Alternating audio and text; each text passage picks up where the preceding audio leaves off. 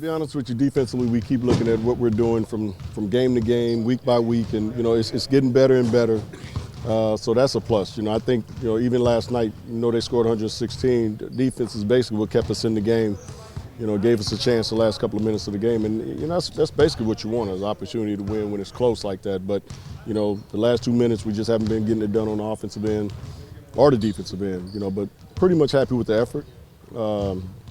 Thought our focus was there last night. We did some really good things, and then we had some deflating things. Get a great stop on defense, we give up offensive rebound. We go under on the screen, which we didn't talk about going under on none of those guys. We said, let's go over and try to red them. We go under twice, they hit 2 threes. So it's just little things like that, that's really hurting us. But still happy with the way we're progressing on the defensive end. Byron, does it come down to you just don't have the talent? Well, we don't have enough. I could say that. I think we all understand that. And playing against a team like we played last night, who has, a three-headed monster in those point guards that they have, that can just get anywhere they want on the court. They put a lot of pressure on their defensive end. So, we just need a couple of more pieces. But like I said, with what we got right now and the way our guys are playing, they're playing hard, they're competing every night, and we're getting chances at the end of the game to have a chance and opportunity to win. And that's all you can ask for. Coach, did Kobe practice today? No, not today. Take the day off, get to shoot around tomorrow, and go from there. When you look at his stat line, he's 2 rebounds, 3 assists away from a triple-double. Did the rest work? I thought so. I thought so. In talking to Kobe afterwards, he said he felt much better, physically. I think just knocking off those few minutes at the end of the game, he said he felt fresh. That's what we want to try to keep establishing that. So we're going to, keep experimenting with that. Try to get him out, earlier in the first quarter, and give him a little bit more rest in the second quarter. So we'll see how that works. Nick Young shooting a career best from behind the three-point line. What's making the 3-ball work all of a sudden? Well, he's just in a rhythm. Obviously offensively he's pretty gifted, and he's able to create off the dribble, and he's able to catch and shoot. So he's just gifted right now as far as offense is concerned. He's able to put it in the basket, and that's we got one guy that can do that. We got another guy that can create, and we just need probably one more. Can you update us on Ryan Kelly? Could we expect to see him play in Denver? No, he won't play in Denver, but real happy with what he's able to do today. When able to go through the full day of practice. We would like to get 2 more practices in, which is Wednesday and Thursday, and if those 2 go well, along with shoot around tomorrow, then I would say Friday would be a day that he can definitely play. For Laker fans that haven't seen Tarek Black play, can you give them a scouting report? Big, strong, physical kid. Tough, athletic. And from all the indications that I got, terrific young man, very quick study as far as the basketball IQ goes. So we'll see what he brings. Was Ryan able to do everything today, or there's still progressions? No, he was able to do everything today. The last thing we ended up doing was our 5-on-5 free throw game, which is full court. He went through the whole 15 minutes, so yeah, he looked pretty good today. Still a little rusty, obviously, and that's why we want to take another couple of days to get him some work in and see how he goes from there. And that was with contact and all that? Yes, sir. How about with Black? Is it still a plan for him to join you guys for the Denver game? Yeah. Plans for him to be here soon. I'm looking now. It's like, if he gets here, in the next 15, 20 minutes, we'll bring him probably out here on the court and just go through some things offensively with him, talk a little bit about our terminology on the defensive end, and then get him on the plane. Do you envision him getting any minutes tomorrow? No, not probably tomorrow. I think that's too early. He's got to get a couple of practices in as well, and just kind of learn some of the things that we're doing on both ends of the floor, and then we'll go from there. And how about with Kobe, at least short term? Is today basically going to be the plan as far as practice, resting, or is that day by day? Today it's going to be day by day, but today after a game, and we got another game every other day, I would say the day after a game is going to be rest, especially when we have, games day after day after day. And just come out here on game days and get some shots up and things like that. So, like I said, it seemed to work pretty well for him the other day. So we'll see if we can continue to do that. I know how much emphasis you put on practice. I don't know if you've ever had a period where you've had everyone out to practice at all. I can't remember the last time I had a period where we had everybody. We had 11 guys a day, and I was like, wow, this is great, when we get Tariq in, or Tyreek, or Tarek, that'd be 12. That'd be like having 15 guys out there, So looking forward to that, having him out here and just going against the other guys and getting him familiar with what we're doing and just being able to go a full day of practice with everybody available. So it's almost like you're just trying to survive.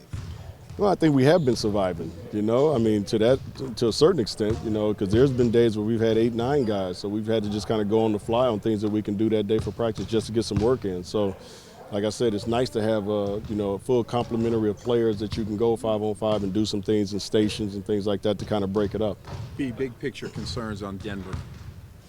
Well, especially up there, transition defense. That was the biggest thing that we talked about today, in our film session, is that we're doing a really good job in our half-court defense, for the initial sets. And then when they break down and they go one-on-one, that's where we got to do a better job. But the transition defense is the thing that we still got to, keep emphasizing, because if we get back and we can get matched up and we can make teams play us in a half-court set, then we do a pretty good job. You say transition defense. I think Ty Lawson. How do you defend him? You know what? He has to see a wall. I mean, we can't rely on one guy to be able to guard him in the full court. There's no way. You can't get back and guard that guy. So, he has to see Ronnie Price, but he has to see Jordan Hill. He has to see Booz. He has to see all our bigs back as well. And then if he sees that, obviously it stops him from getting to the basket and makes them more of a half-court team. How do you defend Kenneth Faried?